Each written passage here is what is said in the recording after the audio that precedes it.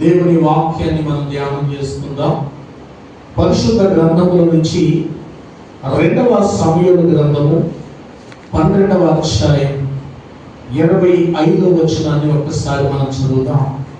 2వ సమూయేలు గ్రంథము 12వ అధ్యాయము 25వ వచనం. యెహోవా అతనిని ప్రేమించి నాతాను అనేటువంటి ప్రవక్తను పంపించి అతడు యెహోవా ఆజ్ఞను బట్టి యెదిద్యా అని అతనికి పేరు పెట్టెను. చిన్న ప్రార్థన చేసుకుందాం. చదవబడిన లేఖన భాగంలో నుంచి దేవుడు కొద్ది నిమిషాలు దేవుడు ప్రత్యేకమైన రీతిలో నీతో నాతో మనందరితో కూడా మాట్లాడినట్లుగా ప్రార్థన చేసుకుందాం. మహాపరిశుద్ధుడా, ప్రేమ నమ్మకము కలిగిన మా ప్రియ పరలోకపు తండ్రి, నీ పరిశుద్ధ పాదములకు వందనాలు, స్తుతులు, స్తోత్రములు చెల్లిస్తున్నాను. ఇదిగో నాయన చదవబడిన లేఖన భాగముల నుంచి ప్రభువా దేవా, మీరే నాతో మాతో అందరితో మీరు మాట్లాడమని, వినగలిగినటువంటి చెవిని గ్రహించగలిగిన మనస్సును ప్రభువా మా అందరికీ మీరు దయచేయమని మా ప్రభువు మా ప్రియ రక్షకుడు నజరేయుడైన యేసుక్రీస్తు ప్రభువు వారి అతి శ్రేష్టమైన నామములో ప్రార్థించి వేడుకొంచున్నాము తండ్రి, ఆమేన్. హల్లెలూయా.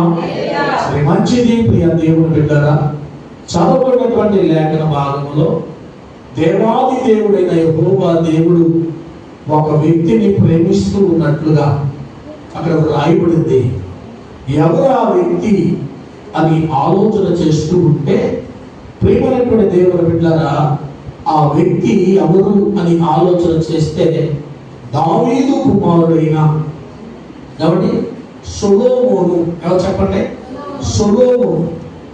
సొలొమోను. ప్రియమైనటువంటి దేవుని బిడ్డలారా, సొలొమోను యొక్క కన్న తల్లి ఎవరో తెలుసా? ఎవరి కన్న తల్లి ఎవరు?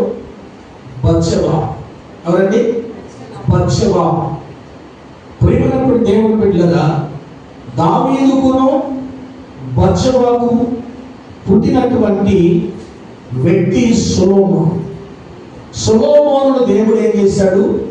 ప్రేమించాడు. దేవుని స్తోత్రం చెప్పండి. ప్రేమించినటువంటి దేవుడు, నా ప్రియమైనటువంటి దేవుని బిడ్డలారా, నాతాను ప్రవక్తను పంపించాడు.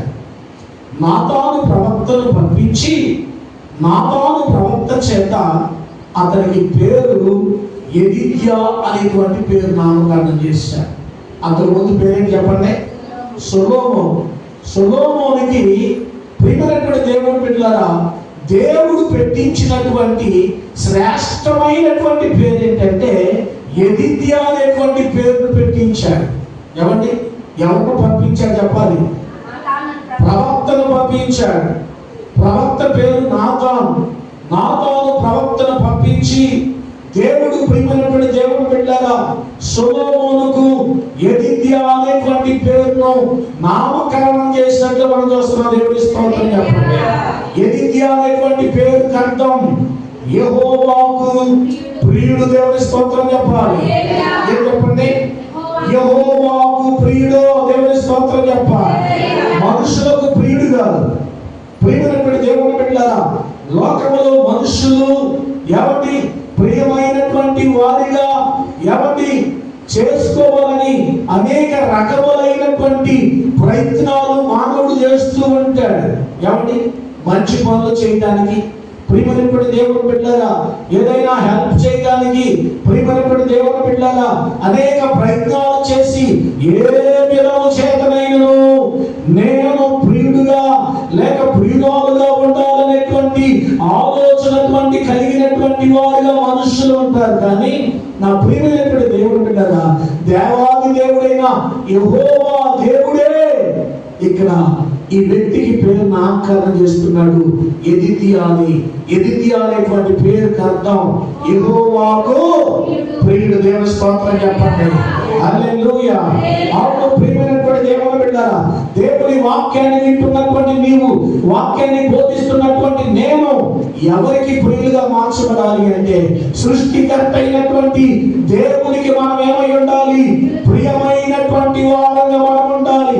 దేవుడు మనము ప్రియులుగా చేయాలి. దేవుని స్తోత్రం చెప్పండి. ప్రియులప్పుడు దేవుని బిడ్డలారా, దేవునికి మనము ప్రియులుగా ఉండాలంటే మనం ఏం చేయాలి చెప్పండి? దేవునికి మనము ప్రియులుగా ఉండాలంటే మనం ఏం చేయాలి? ఇప్పుడు నేను సాక్ష్యం నేను మీకు ఎందుకు వినిపించానో మీకు అర్థం కావాలి. దేవుని స్తోత్రం చెప్పండి. హల్లెలూయా, హల్లెలూయా. ఎంత మాత్రం స్వార్థము లేని నిస్వార్థమైనటువంటి పనులు మనము చేసినప్పుడు మన దేవుడు మనలను ప్రియమైనటువంటి వారుగా చేస్తారు. దేవుని స్తోత్రం చెప్పండి. ఎక్కడ చూసినా ఈ రోజున స్వార్థం కనబడుతుందండి. ఎక్కడ చూసినా స్వార్థమే, ఎక్కడ చూసినా స్వార్థమే. ఎవరి స్వార్థం వారు అన్నట్లుగా ఉన్నటువంటి ఈ కడవరి దినములలో నా ప్రియమైనటువంటి దేవుని బిడ్డలారా, దేవాది దేవుడు, ప్రభువుల ప్రభు అయినటువంటి దేవుడు, ప్రియమైనటువంటి దేవుని బిడ్డలారా, దేవుడు మానవులను ప్రేమించిన కారణం చేత వారికి ఉన్నటువంటి దానిలో నుంచి నా ప్రియమైనటువంటి దేవుని బిడ్డలారా పేదవారికి సహాయం చేయడం. దేవుని స్తోత్రం చెప్పండి. అవును ప్రియమైనటువంటి దేవుని బిడ్డలారా, మనందరికీ తెలుసు గడిచిన దినములలో వరల్డ్ విజన్ అనేటువంటి ఒక గొప్ప సంస్థ మన ప్రాంతంలో పనిచేసింది. ఎవరు ఎంతమంది తెలుసు? వరల్డ్ విజన్ సంస్థ. వారి ఉద్దేశం ఏంటో తెలుసా? ప్రియమైనటువంటి దేవుని బిడ్డలారా, పేదవారికి సహాయం చేయాలనేటువంటి సదుద్దేశం వాళ్ళ. దేవుని స్తోత్రం చెప్పండి. అవును ప్రియమైనటువంటి దేవుని బిడ్డలారా, కారణం ఏంటంటే దేవుని ప్రేమను కలిగి ఉన్నారు కనుక. ఎవరి ప్రేమ? దేవుని ప్రేమ. ప్రియమైన దేవుని బిడ్డలారా, దేవుని ప్రేమను కలిగి ఉన్నారు కనుక ప్రియమైనటువంటి దేవుని బిడ్డలారా, క్రైస్తవ దేశములైనటువంటి అమెరికా, అలాగే ఇంగ్లాండ్, ఇంకా అనేక దేశములు, క్రైస్తవ దేశములు ప్రియమైన దేవుని బిడ్డలారా, వారికి ఉన్నటువంటి కష్టార్జితముల నుంచి కొంత తీసి పేదలకు సహాయం చేయాలనేటువంటి ఉద్దేశము చేత ఆ దేశము నుండి మన దేశానికి, మన ప్రాంతానికి ప్రియగా పంపించినప్పుడు ఈ ప్రాంతంలో పేదలైనటువంటి వారు ఎంతో మంది సహాయాన్ని పొందినటువంటి వారు ఉన్నారు. దేవుని స్తోత్రం చెప్పండి. ఎంతో మంది ఉన్నారు. వరల్డ్ విజన్ సంస్థ ద్వారా ఎంతో మంది లబ్ధి పొందినటువంటి వారు ఉన్నారు. అది ఎవరి సొమ్ము అంటే దేవుని సొమ్ము. దేవునికి స్తోత్రం చెప్పండి. సర్వోన్నతుడైన సృష్టికర్త అయినటువంటి దేవుని యొక్క సహాయం అది. దేవుని ప్రేమను బట్టి వారు ప్రేమించి కదా మన ప్రాంతానికి పంపించారు. దేవుని స్తోత్రం చెప్పండి. అవును ప్రియ దేవుని బిడ్డలారా, కారణం ఏంటంటే వారు దేవుని ప్రేమించారు.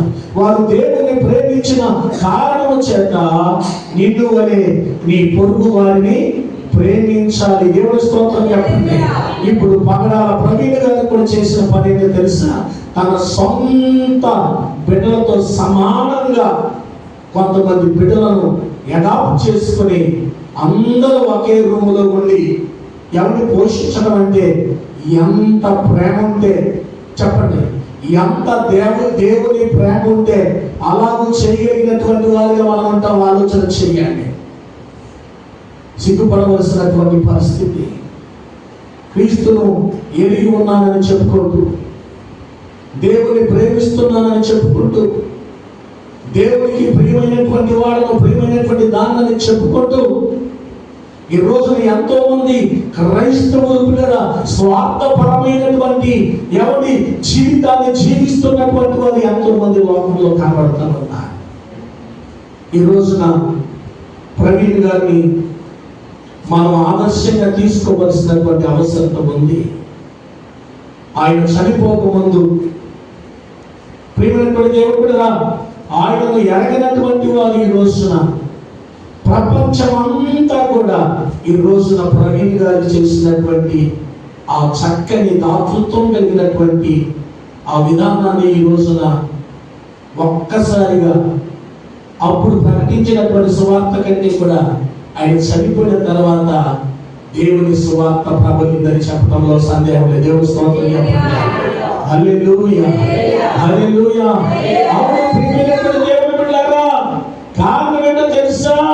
వాక్యం చెప్తుంది దేవుని బిడ్డలమైనటువంటి మనం అందరం కూడా దేవునికి మనం ఏమై ఉండాలి?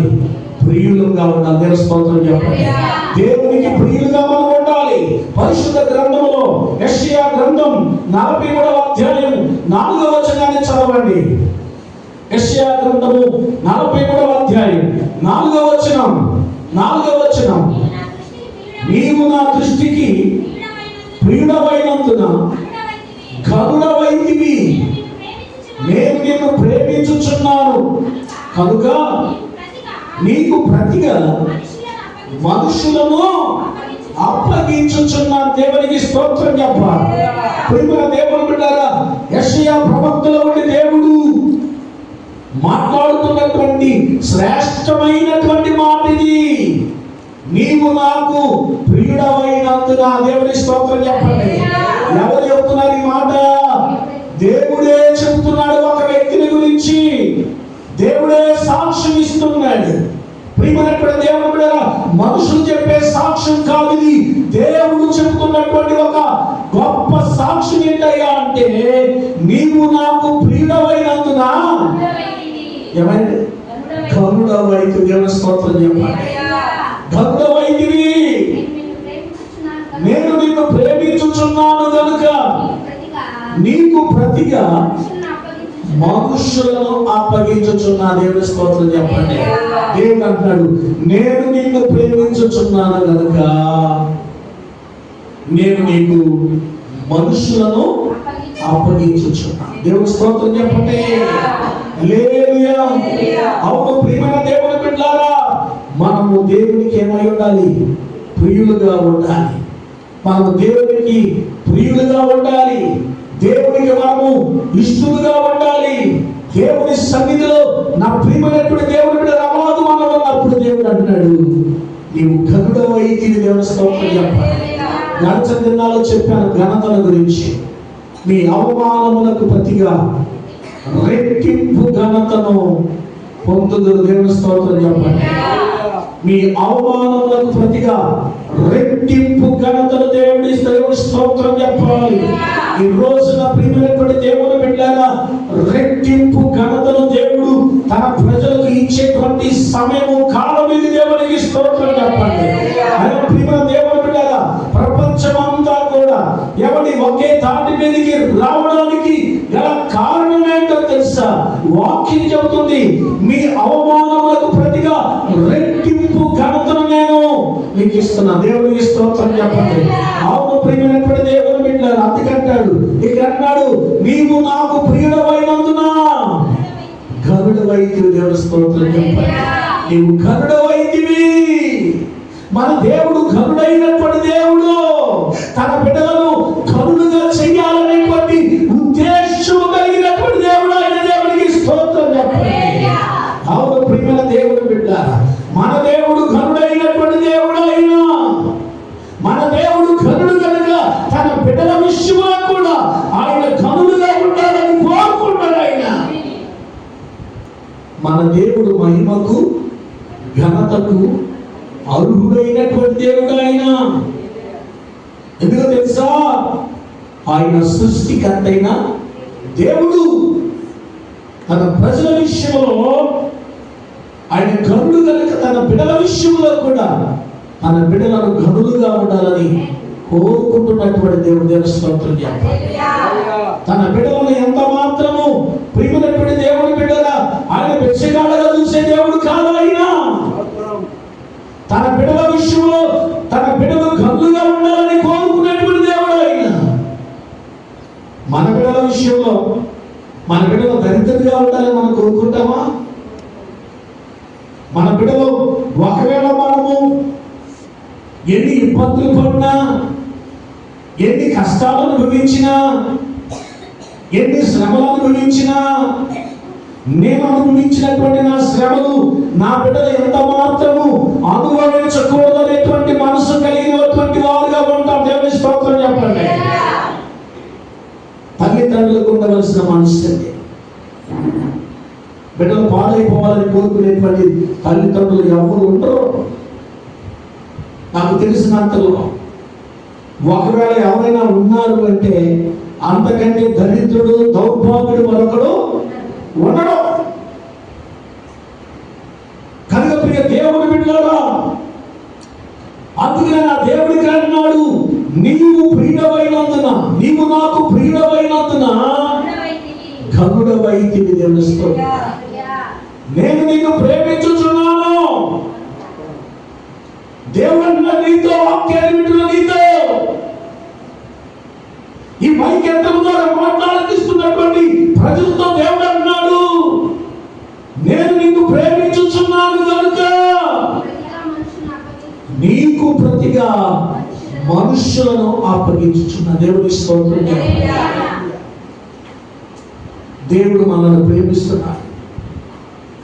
యోహాను సువార్తలో చెప్పబడినట్లు 3:16లో దేవుడు లోకమును ఎంతో ప్రేమించెను కాగా తన అద్వితీయ కుమారుడిగా పుట్టిన వాని యందు విశ్వాసముంచు ప్రతివాడును నశింపక నిత్య జీవం పొందినట్లు ఆయనను అనుగ్రహించెను. దేవుడు లోకమును ఎంతో ప్రేమించెను. లోకమంటే మట్టి కాదు, లోకమంటే మనుషులు అన్నాడు ఒక కవి. లోకమంటే మట్టి కాదు, లోకమంటే మనుషులు. కనుక దేవుడు ప్రేమించింది ఎవరిని? మనుషులను ప్రేమించాడు. ఏ మనిషిని? భూమి మీద ఉన్నటువంటి ప్రతి మానవుడు దేవుడు ప్రేమించాడు. ఒకవేళ వాడు తెల్లవాడైనా కావచ్చు, నల్లవాడైనా కావచ్చు, అమెరికా వాడు కావచ్చు, ఇండియా వాడు కావచ్చు, ఏ దేశమైనా ఆయనకి ఏ భేదము లేదు. మనుషులందరినీ ఏకరీతిగా ప్రేమించినటువంటి దేవుడు ఎవరైనా ఉన్నారు అంటే ఆయన మన ప్రభు అయిన యేసుక్రీస్తు ప్రభువు వారు ఒక్కడే. అవును ప్రియులారా, యేసుక్రీస్తు ప్రభువు వారు ఆయన అన్నాడు, దేవుడు లోకమును ఎంతో ప్రేమించెను కాగా ఆయన తన అద్వితీయ కుమారుడిగా పుట్టిన వాని యందు విశ్వాసముంచు ప్రతివాడును నశింపక నిత్య జీవం పొందునట్లు ఆయనను అనుగ్రహించెను. తండ్రి అయినటువంటి దేవుడు తన కుమారుడైన యేసుక్రీస్తు ప్రభువు వారిని ఈ లోకములోనికి పంపించాడు. మనుషులను ప్రేమించిన కారణం చేత తన కుమారుడైన యేసుక్రీస్తు ప్రభువు వారిని ఈ లోకానికి పంపించాడు. అద్వితీయ కుమారుడిగా పుట్టిన వారి యందు విశ్వాసం ఉంచేవాడు యేసుక్రీస్తు ప్రభువు వారిని నమ్మినటువంటి వారు ఎంత మాత్రము నశించిపోకుండా, ఎంత మాత్రము నరకములోనికి వెళ్ళకుండా, ఎంత మాత్రము పాతాళములోనికి వెళ్ళకుండా పరలోకానికి చేర్చడానికి పిల్లగా నిత్య జీవమును పొందునట్లు. నిత్య జీవం అంటే మోక్షము, నిత్య జీవం అంటే స్వర్గం, నిత్య జీవం అంటే పరలోకం. పరలోకానికి ప్రతి ఒక్కరు పరలోకానికి వెళ్ళాలని సదుద్దేశం చేత ఎవడు యేసుక్రీస్తు ప్రభువు వారిని ఈ లోకానికి పంపించాడు. దేవుని స్తోత్రం చెప్పండి. అందుకనే భక్తుడైన లోక అంటాడు, నశించిన దానిని వెనక్కి రక్షించుటకు మనుష్య కుమారుడు వచ్చినని ఆయనతో చెప్పిన. దేవుని స్తోత్రం. లోకాసు వార్త 19:10 రాయబడిన మాటది, నశించిన దానిని వెనక్కి రక్షించుటకు మనుష్య కుమారుడు వచ్చినని అతనితో చెప్పిన. దేవుని స్తోత్రం చెప్పండి. ఎవరితో చెప్పాడు?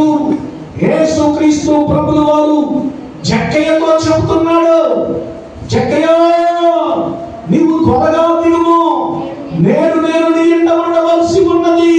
దేవుని స్తోత్రం చెప్పండి. ప్రియమైన దేవుని బిడ్డలారా, ఎవరు యొక్క జక్కయ్య? ఇతని గురించి బైబిల్లో రాయబడింది, ఇతను ధనవంతుడు. ప్రియమైన దేవుని బిడ్డలారా, బిల్ కలెక్టర్, సంకపు గుత్తదారుడు, బిల్ కలెక్టర్ అంటారు. పన్నులు వసూలు చేసేటువంటి వాడు. దేవుని స్తోత్రం చెప్పండి.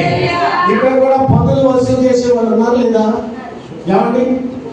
ఏమండి కరెంటు పన్ను, ఇంటి పన్ను, పంపు పన్ను, పొలం పన్ను, ఎన్ని పన్నులు ఉన్నాయి? దేవుని స్తోత్రం చెప్పండి. హల్లెలూయా. ప్రతిదానికి పన్ను ఉంది. వసూలు చేసేటువంటి వాడిని ఏమంటారు తెలుసా? బిల్ కలెక్టర్ అంట. సుంకపు గుత్తదారుడు, సుంకపు గుత్తదారుడు ధనవంతుడు. ఇతని గురించి బైబిల్లో రాయబడింది. అతడు ₹1 వసూలు చేయవలసిన చోట ₹4 వసూలు చేసేవాడంట. అధికమైనటువంటి ద్రవ్యాన్ని వసూలు చేసేవాడు. ధనము సమకూర్చుకున్నాడు, కోటీశ్వరుడు అయిపోయాడు. అయినప్పటికీ తన జీవితంలో నెమ్మది లేదు. అయినప్పటికీ తన జీవితంలో మనశ్శాంతి లేదు. ఆ నోట ఈ నోట యేసును గురించి విన్నాడు. విన్నటువంటి వాడు మన గురించి వాయబడింది పొట్టి వాడైనందున జనులు గొప్పలు కూడి ఉండటం వలన అతను చూడలేను అనుకున్నాడు. అతనికి ఒక ఆలోచన వచ్చింది. ఇదిగో ఈ ప్రక్కన ఉన్నటువంటి ఈ మేడు చెట్టు ఎక్కుతాను.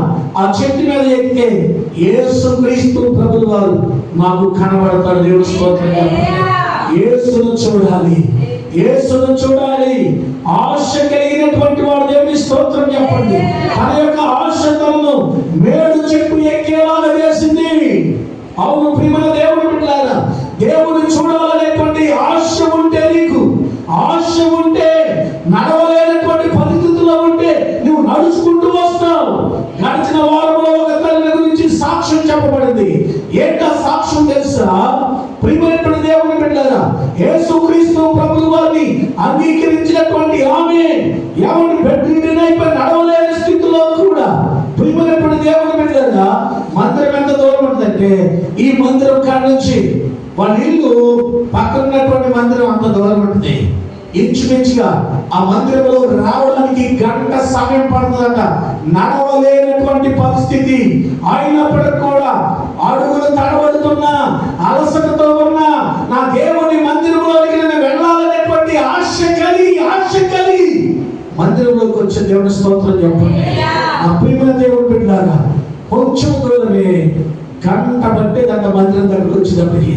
అయినప్పటికీ ఆమె ఏముంది? ఆశ ఉంది. నా దేవుని మందిరంలోకి నేను ఎలాగైనా కానీ వెళ్ళాలి. కొన్నిసార్లు నిలవలేని పరిస్థితి, పడిపోతుంది. అయినప్పటికీ పడిపోయినా నేను మరలా లేచి ప్రభు సన్నిధికి వెళ్ళాలని ఎంతో ఆశ కలిగిన స్తోత్రం చెప్పండి. ఈ రోజున అలాంటి ఆశ నీలో ఉందా? అలాంటి ఆశ ఈ రాత్రికాల సమయంలో, ఈ పగటికాల సమయంలో, ఈ మైకెత్తడం ద్వారా ఈ మాట్లాడిస్తున్నటువంటి ప్రజలారా, దేవుని చూడాలనే ఆశ నీకుంటే దేవుని స్తోత్రం చెప్పండి. నువ్వు ఏ విధము చేతనైనను దేవుని సన్నిధిలోనికి వస్తావు, దేవుని మందిరంలోనికి వస్తావు, దేవుని సన్నిధిలో నువ్వు ఆనందిస్తావు. దేవుని మందిరంలోని సమాధానం, దేవుని మందిరంలోని సంతోషం, దేవునికి స్తోత్రం చెప్పండి. హల్లెలూయా. అవును ప్రియ దేవుని సంగమా, ఈ రోజున నీ జీవితంలో అలాంటి తృష్ణ లేదు కనుక, అలాంటి ఆశ లేదు కనుకనే నీవు దేవుని మందిరంలో ఉండవలసిన నీవు ఎక్కడో ఉన్నావు. టీవీ ముందు ఉన్నావేమో, సినిమా చూస్తున్నావేమో, సీరియల్ చూస్తున్నావేమో. దేవుని మందిరాన్ని విడిచిపెట్టి కారణం తెలుసా? నిన్ను ఆకర్షించింది అదొక పెద్ద దైవం లాంటిది. దాని ఆకర్షణలో పడిన ఏ వ్యక్తి కూడా బాగుపడినట్లుగా వాక్యం చెప్పట్లా. దేవుని స్తోత్రం చెప్పండి. కనుక ప్రియమైనటువంటి దేవుని బిడ్డ, దేవుని చూడాలనే ఆశ కలిగి ఉంటే నీవు ఎన్ని పరిస్థితులైనా, ప్రియమైనటువంటి దేవుని బిడ్డలారా, నీవు దేవుని సన్నిధికి వస్తావు. దేవుని స్తోత్రం చెప్పండి. హల్లెలూయా. ఈ రోజున సాతానుడు, ప్రియమైన దేవుని బిడ్డలారా, ఎన్నో పరిస్థితులు దేవుని సన్నిధి ఏదో ఒక రీతిగా దేవుని సన్నిధికి రాకుండా చేయాలని, ఆటంకపరచాలని ఎన్నో విధాలుగా చేస్తూ ఉంటాడు. ఆదివారమే పక్షం పెడతాడు. ఆదివారమే పక్షం. ఎవరి నేను ఒకటే చెప్పాను, ఆదివారం పెడితే మాత్రం కుదరదని చెప్పాను. ప్రియమైనటువంటి దేవుని బిడ్డలారా, ఈరోజు చెప్పాలంటే బిడ్డలు రేపు దినాన ఫంక్షన్ పెట్టుకుంటానికి గల కారణం కూడా అది. దేవుని స్తోత్రం చెప్పండి. హల్లెలూయా. ఎవరైతే దేవుని మాట వింటారో, ఎవరైతే నడిపిస్తున్నటువంటి దేవుని సేవకుని మాట వింటారు, దేవుడు వారిని తప్పకుండా ఆశీర్వదిస్తాడు. దేవుని స్తోత్రం చెప్పండి. అందుకని యెషయా గ్రంథంలో అంటాడు, యెహోవాకు భయపడి ఆయన సేవకుని మాట వినువాడు ఎవరో అని చెప్పండి. యెహోవాకు భయపడి, ఎవరికి భయపడి? దేవునికి భయపడి ఆయన సేవకుని యొక్క మాట వినువాడు ఎవడు అని ప్రశ్నిస్తున్నాడు. ఎవరైతే దేవునికి భయపడి తన సేవకుని మాట ఎవరైతే వింటారో వారిని దేవుడు తప్పకుండా ఏం చేస్తాడు? ఆశీర్వదిస్తాడు, దీవిస్తాడండి, మేలు చేస్తాడండి, కీడులన్నిటి నుంచి విడిపిస్తాడు. దేవునికి స్తోత్రం చెప్పండి. చదవలసినటువంటి అవసరం లేదు. కనుక ప్రియమైనటువంటి దేవుని బిడ్డలారా, వాక్యం చెబుతుంది ఇక్కడ, అంటున్నాడు, నీవు నాకు ప్రియుడవైనందున నీవు కరుడవైంది. దేవుని స్తోత్రం చెప్పాలి. పరమగీత గ్రంథం 4వ అధ్యాయము 1వ వచనాన్ని చదువుదాం. పరమగీత గ్రంథం 4వ అధ్యాయము 1వ వచనం, నా ప్రియులారా నీవు సుందరివి, నీవు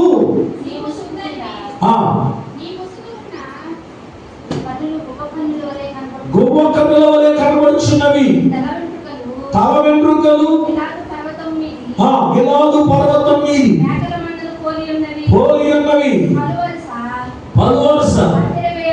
దేవుని స్తోత్రం చెప్పాలి. ప్రియమైనటువంటి దేవుని బిడ్డలారా, నా ప్రియులారా నీవు సుందరివి అన్నాడు. ఎవరిని? ఎవరిని? సంఘాన్ని. సంఘంలో ఉన్నటువంటి నీవు దేవునికి ఎలా ఉండాలి? ప్రియురాలుగా ఉండాలి. దేవునికి ప్రియుడిగా నీవు ఉండాలి. దేవునికి నీవు ప్రియురాలుగా ఉండాలి.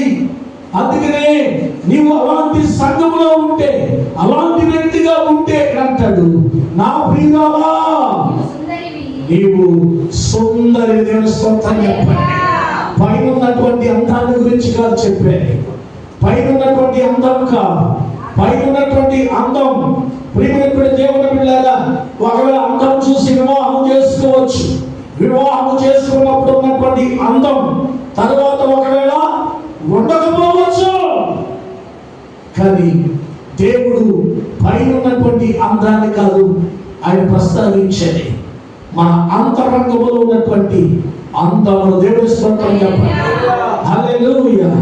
అందుకనే వాక్యములు అంటాడు, ప్రియమైనటువంటి దేవుని బిడ్డలారా, ఆయన అంటున్నటువంటి మాట, మనుషులు బయలుపడ చూస్తారు, మన దేవుడు హృదయాన్ని చూసి లక్ష్య పెట్టేటువంటి దేవుడు. దేవుని స్తోత్రం చెప్పండి. అందుకని ఇక్కడ అన్నాడు, సంఘంతో మాట్లాడుతున్నాడు, నా ప్రియురాలా నీవు సుందరివి, నీ ముసుగులో ఉన్నటువంటి కన్నులు గోవ కన్నుల వలె ఉన్నాయి, నీ తల వెంట్రుకలు గిలాదు పర్వతమవుతున్నా. దేవుని స్తోత్రం చెప్పండి. నీ తల వెంట్రుకలు అనగానే నాకు ఒక విషయం జ్ఞాపకం వచ్చేసింది. ప్రియ దేవుని బిడ్డ, ఒక తల్లి గారు ఉంది, ఆ ఇంచుమించు 70 సంవత్సరాలు పైబడి ఉంటాయి. కానీ ఆమె వెంట్రుకలకి ఏమేస్తుంది చెప్పండి? రంగు వేస్తుంది. చాలాసార్లు నేను మంగళ షాపులోకి వెళ్ళినప్పుడు ఆస్కర్ అని రంగు వేస్తాను అంటారు, వద్దండి, కనీసం వేసాల కన్నా వేసుకోండి అంటే, వద్దయ్యా, వాక్యములు ఎలాగుంది, నెరసిన వెంట్రుకలు చెప్పండి, నెరసిన వెంట్రుకలు కిరీటము. దేవుని స్తోత్రం చెప్పాలి. నెరసిన వెంట్రుకలు కిరీటము వంటివి. కనుక ప్రియమైనటువంటి దేవుని బిడ్డలారా, దేవుడు ఇచ్చినటువంటి అందం చాలు మనకి. అధికమైన అందం కోసం అంట ఏం చేసింది, ఒక సహోదరి బ్యూటీ పార్లర్లో జాయిన్ అయింది, నేర్చుకుంటుంది.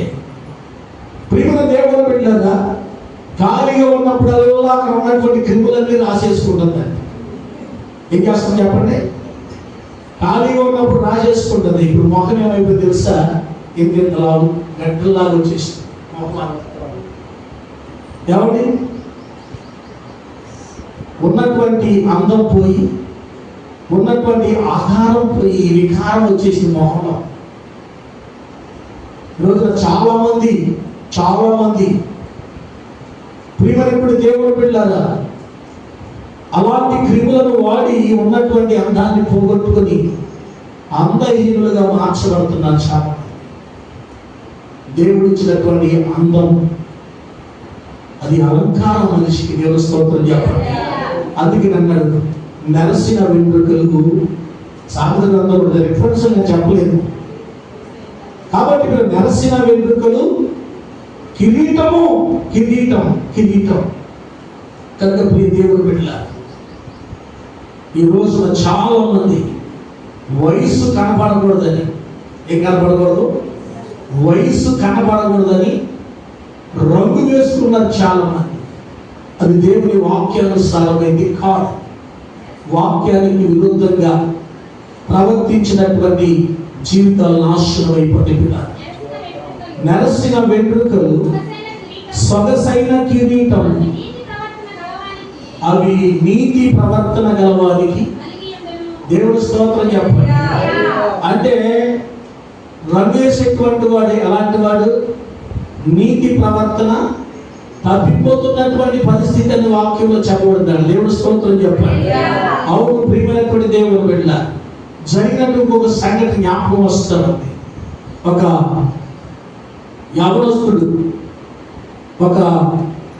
యవనస్తురాలు అనుకుని ఆమెను ప్రేమించాడు. ఏం చేశాడు చెప్పండి? ప్రేమిస్తే వారిద్దరు బాగా గాఢంగా ప్రేమించుకుంటున్నారు. ప్రియమైనటువంటి దేవుడు కొద్ది రోజులు గడిచింది. బయటపడిన విషయం ఏంటో తెలుసా? ఆమెకు 3 బిడ్డలు ఉన్నారు. ఎంతమంది ఉన్నారు? 3 బిడ్డలు ఉన్నారు. ప్రియమైనటువంటి దేవుడు బిడ్డ చూడండి, ఇది పెళ్లి కానటువంటి యవనస్తులైనటువంటి బిడ్డ ఏమైపోయాడు ఇప్పుడు? మోసపోయినటువంటి పరిస్థితి. మోసపోవటం అంటే ఆమె ఏం చేసింది తెలుసా? తీసుకొచ్చి పోలీస్ స్టేషన్లో కూర్చోబెట్టింది. తప్పని పరిస్థితిలో తాళి కట్టవలసి వచ్చింది. ఏం చేయాలి? ఆమెతో పాటు 3 బిడ్డలను పోషించాలి. దేవస్థానంలో చెప్పాలి. అప్పుడు మీకు ఎలా ఉందంటే అదే మంచిది కదండి, కష్టపడకుండా ఏమండి అన్నట్టుగా వస్తా. దేవుడి స్తోత్రం చెప్పండి. హల్లెలూయా. కనుక ప్రియ దేవుడి బిడ్డలారా లోకం ఎలా ఉందంటే భయంకరమైనటువంటి పరిస్థితుల్లో ఉంది. దేవుణ్ణి నీవు ప్రేమించేటువంటి వ్యక్తి అయితే నీవు దేవునికి ప్రియుడిగా మార్చబడాలి. నీవు దేవునికి ప్రియుడిగా మార్చబడితే దేవుడు ఆటోమేటిక్గా దేవుడు నిన్ను గణపరుస్తాడు. దేవుని స్తోత్రం గణపరుస్తాడు. అందుకని ఇక్కడ చెప్తున్నాడు వాక్యంలో, ప్రియమైనటువంటి దేవుని బిడ్డలారా నీవు నాకు ప్రియుడవైనందున నీవు కరుడవైతివి. లోకాసు వార్త 3వ అధ్యాయము 21వ వచనం నేను ముగిస్తాను. లోకాసు వార్త 3వ అధ్యాయం 21వ వచనం చదవండి. ప్రజలందరూ బాప్తిస్మము పొందినప్పుడు యేసు కూడా బాప్తిస్మము పొందెను. ప్రార్థన చేయుచుండగా ఆకాశము తెరవబడి పరిశుద్ధాత్మ శరీరాకారముతో పావురం వలె ఆయన మీదికి దిగి వచ్చెను. అప్పుడు నీవు నా ప్రియ కుమారుడు, నీ యందు నేను ఆనందించుచున్నాను. దేవునికి స్తోత్రం చెప్తాను. నా ప్రియమైనటువంటి దేవుని బిడ్డలారా ఎంత శ్రేష్టమైనటువంటి మాట ఇక్కడ రాయబడింది. ప్రజలందరూ బాప్తిసం పొందుతున్నారు. యేసు కూడా బాప్తిసం. దేవుని స్తోత్రం చెప్పండి. ప్రియమైనటువంటి దేవుని బిడ్డలారా నీవు బాప్తిసం పొందితే నీకేం కలుగుతుంది చెప్పాలి. బాప్తిసం పొందితే దేవుని చేత నీవు సాక్ష్యాన్ని పొందుకుంటావు. దేవునికి స్తోత్రం చెప్పాలి. యేసు కూడా బాప్తిస్మము పొందెను. ప్రార్థన చేయుచుండగా ఆకాశము తెరవబడెను. పరిశుద్ధాత్మ శరీరాకారము పావురం వలె ఆయన మీదకి దిగి వచ్చి దేవుని స్తోత్రం చెప్పండి. హల్లెలూయా. అవును ప్రియమైనటువంటి దేవుని బిడ్డలారా, శరీరాకారముతో పావురం వలె ఆయన మీదకి దిగి వచ్చి అప్పుడు ప్రియమైనటువంటి దేవుని బిడ్డలారా స్వరం వినబడుతుంది, నీవు నా ప్రియ కుమారుడు. దేవుని స్తోత్రం చెప్పండి. ఎప్పుడు? బాప్తిస్మము పొందిన తర్వాత దేవుని స్తోత్రం చెప్పండి. బాప్తిస్మం నిన్ను దేవునికి ప్రియమైనటువంటి కుమారుడిగా, ప్రియమైనటువంటి కుమార్తెగా చేసేటువంటిది. దేవునికి స్తోత్రం చెప్పాలి. ఇంకా ఒకవేళ బాప్తిస్మం పొందకుండా ఎవరి వచ్చే సంవత్సరం అని, ఎవరి లేకపోతే మరొక సంవత్సరం అని వాయిదాలు వేస్తున్నటువంటి వారిగా ఒకవేళ ఉన్నారేమో, వాయిదాలు వేసేటువంటి వారిగా ఉంటే వాక్యం చెబుతుంది, నీవు దేవునికి ప్రియుడుగా, దేవునికి ప్రియురాలుగా నీవు ఉండాలి. దేవుని స్తోత్రం చెప్పండి. దేవునికి ప్రియుడిగా, ప్రియురాలుగా నీవు ఉండాలని ఆశపడుతున్నటువంటి వ్యక్తి అయితే వాక్యం చెబుతుంది, నీవు బాప్తిస్మం పొందాలి. దేవుని స్తోత్రం చెప్పండి. రెండవదిగా ఆయన ప్రార్థన చేస్తూ ఉన్నాడు. దేవుని స్తోత్రం చెప్పండి. ఆకాశము తెరవబడింది. దేవుని స్తోత్రం. ఆకాశము తెరవబడింది. ప్రియమైనటువంటి దేవుని బిడ్డలారా స్వరం వినబడుతుంది, నీవు నా ప్రియ కుమారుడు. దేవుని స్తోత్రం చెప్పండి.